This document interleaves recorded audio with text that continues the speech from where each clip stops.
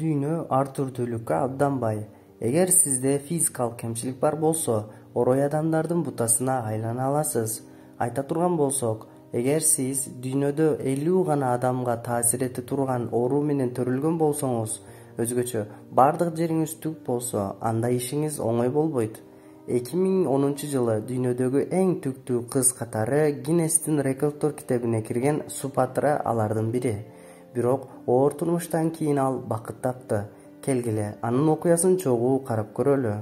Видеону баштаардан мурун сиздерден кичинекей өтүнүчүбүз бар. Каналга катталып, бул видеону жакындарыңыз менен бөлүшө кетиңиз.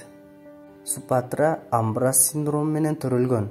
Бул оорунун дагы бир аты гипертиреоз. Коомчулукта ал карышкыр синдрому катары да белгилүү.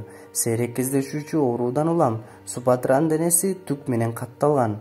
2010-жылы ал дүйнөдөгү эң түктүү балага аталып, рекорддор китебине кирген. Бул оору дүйнөдө 50 гана адамда катталып, анын ичинде бул жаш кызда да кездешет. Орто кылымдарда пайда болгон бул оорунун негизги себеби организмдеги анормалдуу хромосомалар. Орто кылымдарда сейрек кездешүүчү Амбрас синдрому адамдардын кордугуна жана көптөгөн жаман кесепеттерге алып келип, анын ичинде адамдар арасында демонстрациялар иштөөгө мажбур кылды.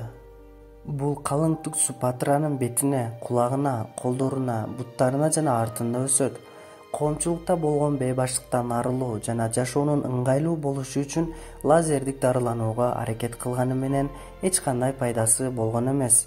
Бул ооруга чалдыккандар уялышат, өздөрүн сыртта эркин сезе алышпайт. Мындан улам сыртка көп чыга беришпейт. Супатра сыртка чыккан сайын адамдардын кызыктай көз караштарына кабылат. Бирок ал өзүнө болгон ишенимдин жана жашоого болгон умтулуусун эч качан жоготкон эмес. Ал тургай мектептеги окуучулар аны маймыл жүздүү деп айтса деле. Бирок алар азыр тамашалашпайт. Өзүнүн адаттан тыш көрүнүшү менен досторунан эч айырмасы жок. Ал сууда сүзгөндү, бийлегенди жана достору менен убакыт өткөргөндү жакшы көрөт. Супатранын кыялы дарыгер болуп, элге жардам берүү. Жаш кыздын жашоосу жаман башталып, төрөлгөндө 2 түрдүү операция болгон. Анын 38 жаштагы атасы Супатра дем алуусу кыйындап, ал 3 ай бою аппарат менен дем алып жашаш керек болчу. Ал ооруканада 10 ай жатты. Кызым үчүн аябай кабаттуу болдук дейт. Чоңойгон сайын денеси түктүү болуп калды. Бүгүн бактылуу, ден соолугу чын 18 жаштагы кыз. Атүгүл жашоосундагы сүйүүсү менен таанышып баш кушкон. Оору менен күрөшүп жатса да ал турмуш кургандан кийин жолдошу үчүн күндө түктөрүн алдырып баштаган. Супатра жаңы жүзү менен жашоосун улантууда.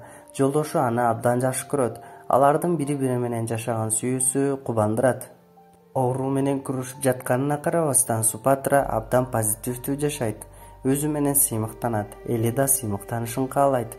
Мындай күчтүү кыз бактылуу өмүр сүрбөшү үчүн эч кандай себеп жок. Ар бир адам сүйүүгө жана сүйүлүүгө татыктуу.